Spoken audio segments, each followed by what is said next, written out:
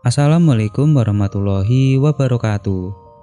Kembali lagi di channel Kisah Dedemit. Untuk kisah kali ini, saya akan membawakan sebuah cerita dari tulisannya akun Twitter yang bernama Kunamus. Dan untuk kisah yang akan saya bawakan kali ini, yaitu sebuah kisah yang berjudul Malam Satu Suro, Ruwat Deso Danyange Teko. Untuk kalian yang ingin membaca ceritanya secara langsung, silahkan kunjungi link yang akan saya cantumkan di deskripsi. Dan seperti apa kisahnya, langsung saja kita menuju ke ceritanya.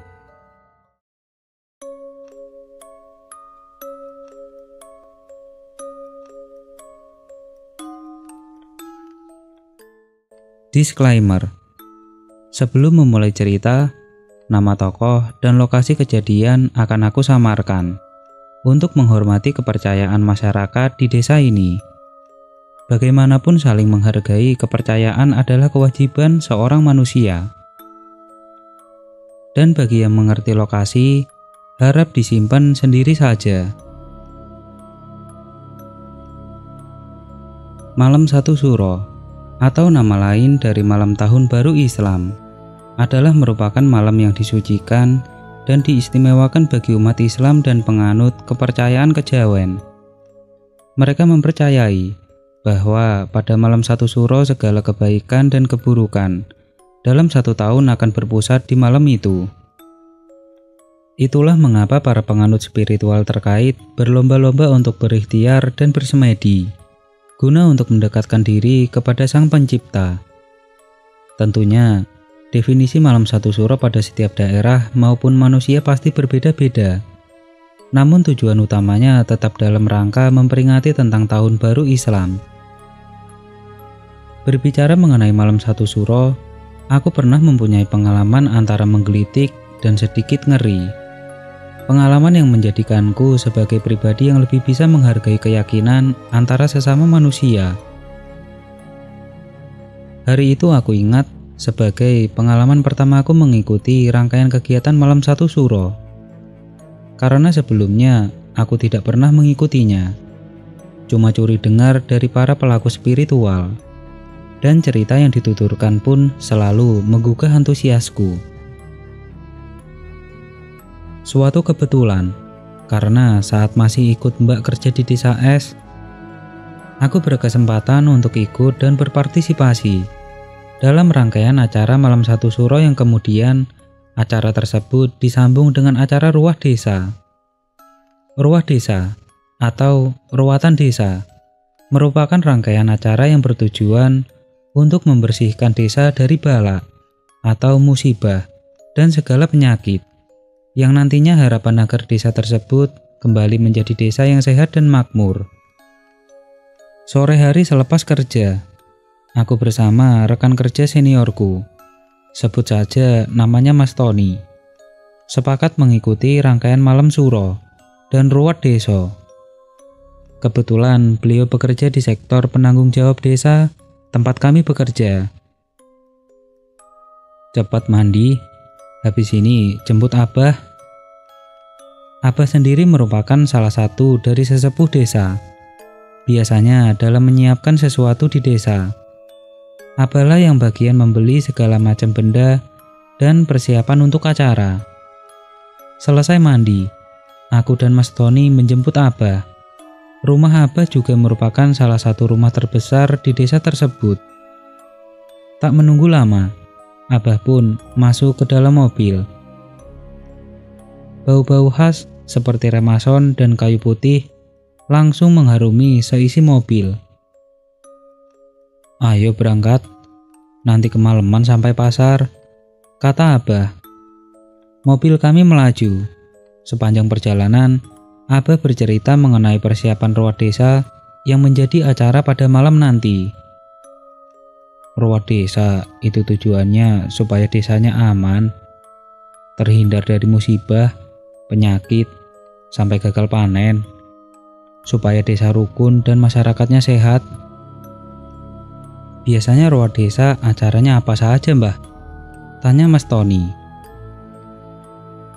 Ya banyak, cuma yang penting ya seperti syukuran dan menggelar pagelaran wayang kulit, biar dayangnya seneng.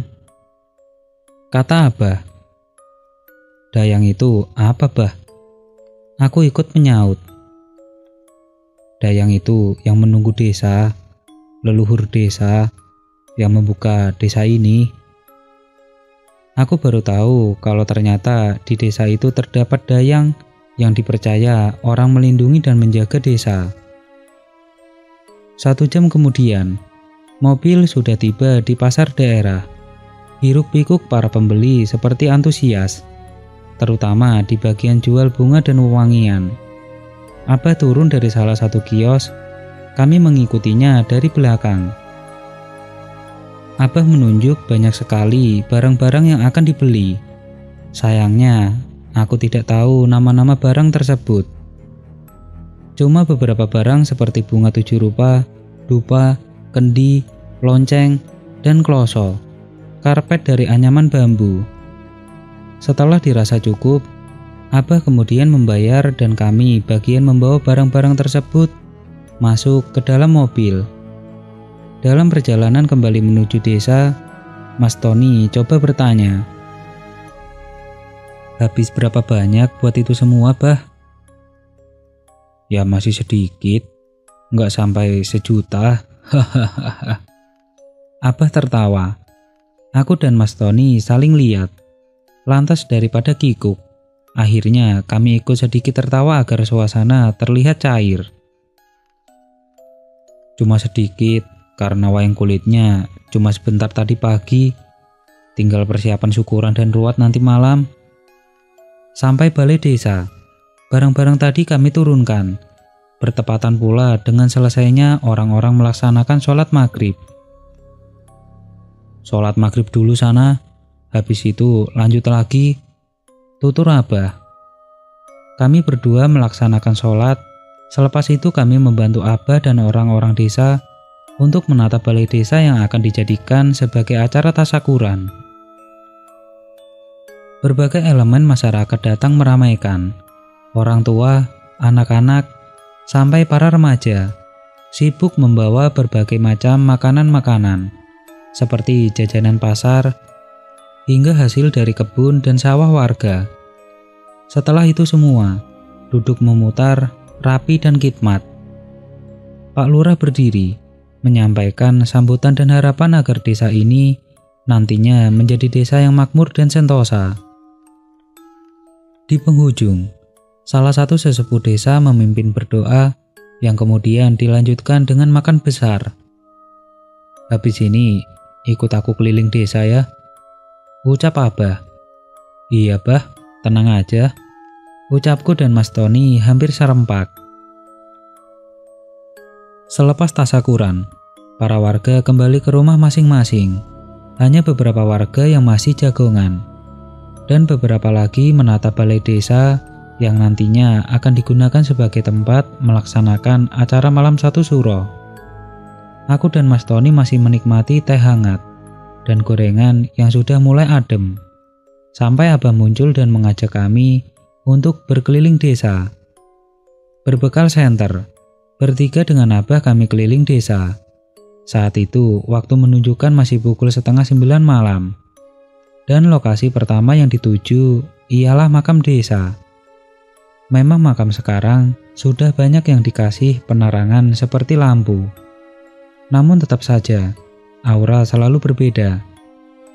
Abah di depan, aku di tengah dan Mas Tony di belakang. Oh iya, hampir lupa. Mas Tony ini adalah tipe orang yang indera keenamnya sedikit lebih baik dari manusia pada umumnya. Jadi sedikit banyak Mas Tony bisa melihat dunia mereka. Nisan-nisan itu tampak tenang, walaupun sebagian sudah kotor oleh tanah. Kami menuju tengah makam, di mana ada pohon beringin besar tumbuh di situ. Abah menyuruh kami untuk duduk. Beliau berdoa. Aku melihat Mas Tony, wajahnya menunduk. Lalu aku melihat sekeliling sepi. Abah membakar dupa, kemudian kembali berdoa. Mas Tony masih menunduk. Hawa yang sunyi, dan bebauan wangi dupa perlahan merubah hawa menjadi dingin. Semilir angin yang lewat menambah mencekam suasana. Sampai Abah menyuruh kami berdiri. Abah memberi hormat, entah kepada siapa. Kemudian Abah berkata bahwa sudah selesai dan kami berjalan meninggalkan makam. Keluar makam, wajah Mas Tony sedikit agak pucat, namun sudah lebih tenang. Ia mengatakan bahwa di pohon tadi ada makhluk menyerupai kera berbadan gempal sedang menatap dari atas. Sorot matanya tajam. Maka dari situ, Mas Tony lebih memilih menunduk. Abah yang tahu hanya berkata, "Makhluk itu sudah lama di sini. Jauh sebelum beringin itu tumbuh, dia tidak mengganggu. Memang rumahnya di situ." Walaupun bekerja sebagai penanggung jawab desa, baru kali ini Mas Tony melihat penghuni dari makam desa. Selanjutnya Abah menuntun kami ke sungai batas desa. Lokasinya paling jauh dan berada di sekitar barongan, pepohonan bambu. Kami berjalan menuju dam, pintu air, melewati rindangnya pohon bambu.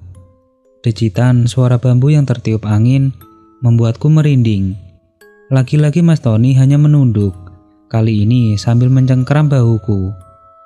Aku yang ketakutan pun juga menggandeng tangan Abah yang ada di depan. Hingga akhirnya kami sampai di dam. Abah melemparkan beberapa bunga ke sungai. Setelah itu kami disuruh duduk. Abah membakar dupa, kemudian mulai berdoa. Tampak air yang semula tenang mendadak menjadi deras, beriak, bersuara. Aku melihat Mas Tony. Ia cuma menyuruh agar aku membaca doa. Aku berdoa, hanya Al-Fatihah saja, namun tetap aku ulang-ulang. Sampai Abah selesai berdoa dan mengajak kami kembali.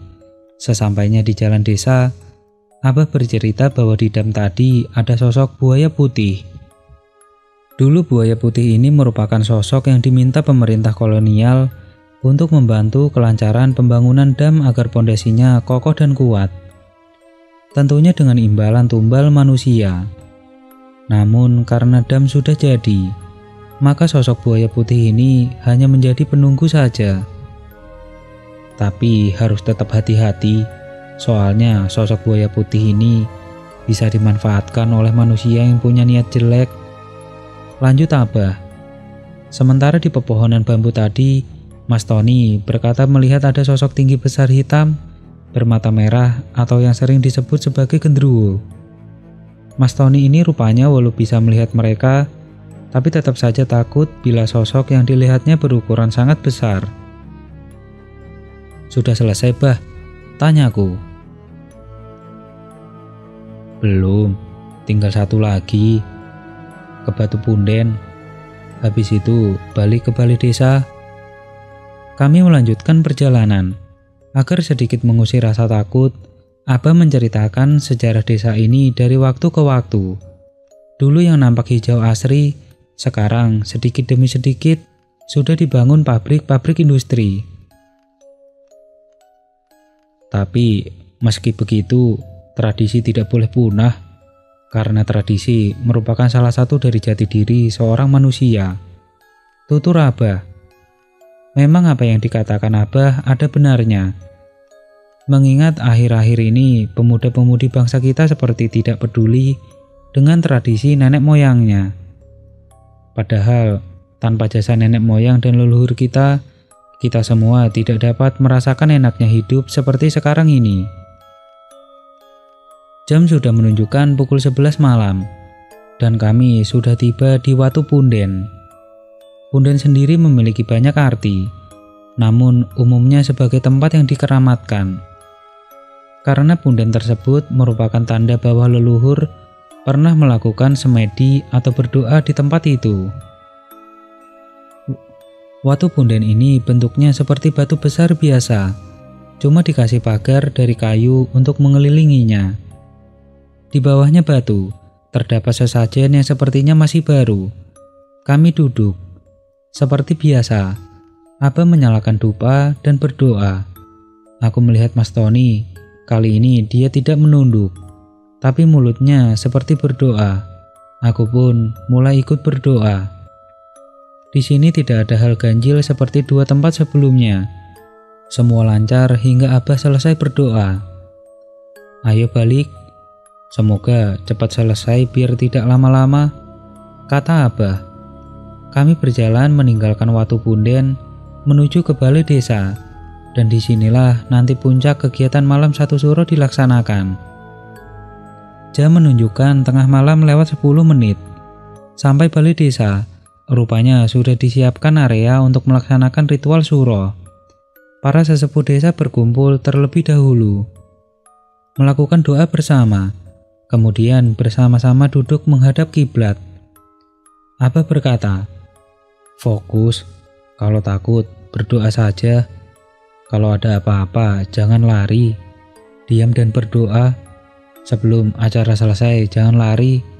Dan memang kalau tidak berani, mending keluar saja sekarang." Aku lihat Mas Tony. Ia tampak ragu, tapi aku meyakinkan bahwa semua bakal baik-baik saja selama kita berdoa.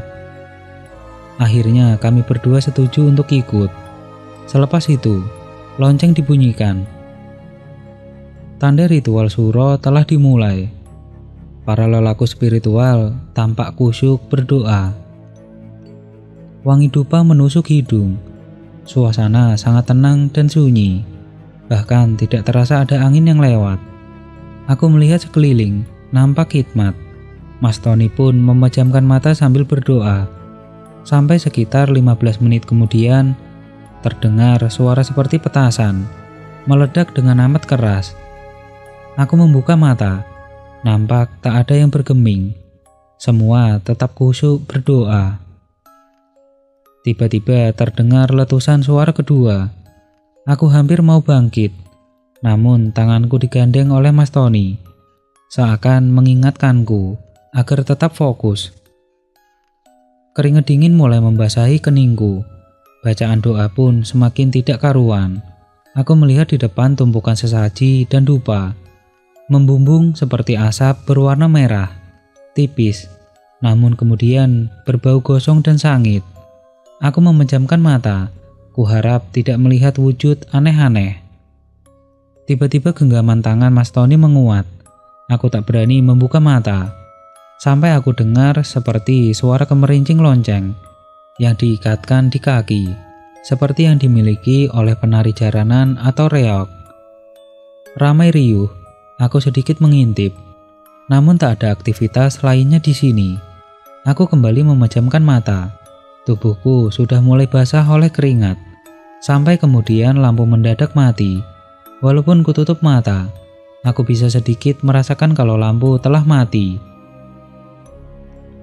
Aku mengintip, memang gelap gulita, hanya terlihat nyala dupa. Aku menutup mata lagi, kemudian dari arah belakang terdengar suara halaman balai desa, seperti disapu menggunakan sapu ijuk. Jelas sekali ku dengar, namun aku tak berani menoleh. Dan genggaman Mas Tony semakin erat. Tidak bisa kubayangkan sosok apa yang dilihatnya saat itu. Sampai aku sedikit lelah dan pasrah menerima keadaan ini. Dengan mata tertutup, aku berharap acara ini segera selesai. Lonceng berbunyi kembali. Aku belum berani membuka mata, sampai Abah menepuk-nepuk tanganku. Kulihat sekitar, semua telah kembali normal. Kemudian Abah menyuruhku dan Mas Tony untuk minum sambil menenangkan diri. Kemudian Abah bertanya apa saja yang kami alami. Kami menceritakan apa yang aku dengar dan lihat karena jujur, aku sendiri tidak melihat ada rupa atau sosok. Namun berbeda dengan apa yang diceritakan oleh Mas Tony. Ia bercerita bahwa letusan pertama tadi adalah seperti ada api yang jatuh menuju sesajen. Letusan kedua api tersebut kembali terbang. Dan saat mati lampu, Mas Tony melihat ada sosok nenek-nenek berpakaian adat desa hadir di depan para sesepuh desa.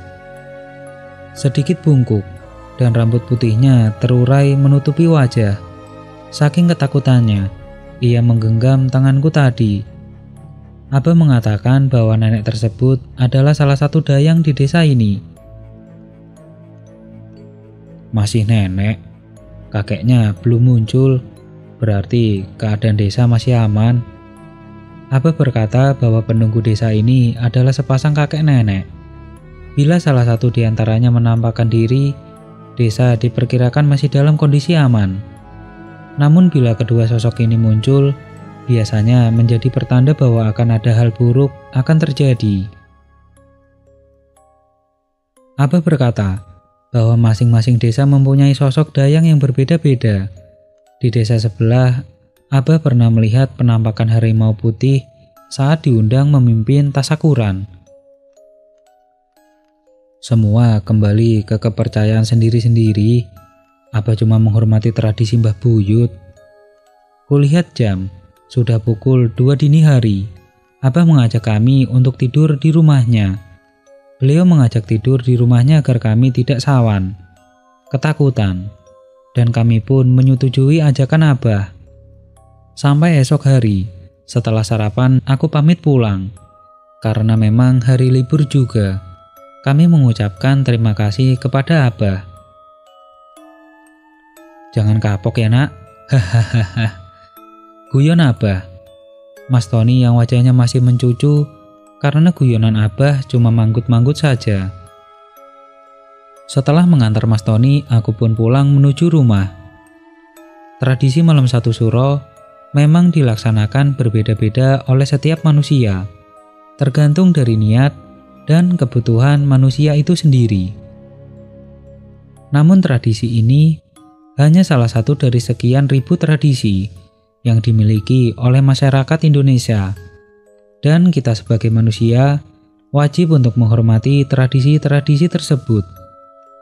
Karena bagaimanapun mereka beribadah sesuai dengan cara dan keyakinan mereka masing-masing. Kita sebagai manusia tidak berhak untuk melarang atau bahkan menuduh salah cara orang lain beribadah.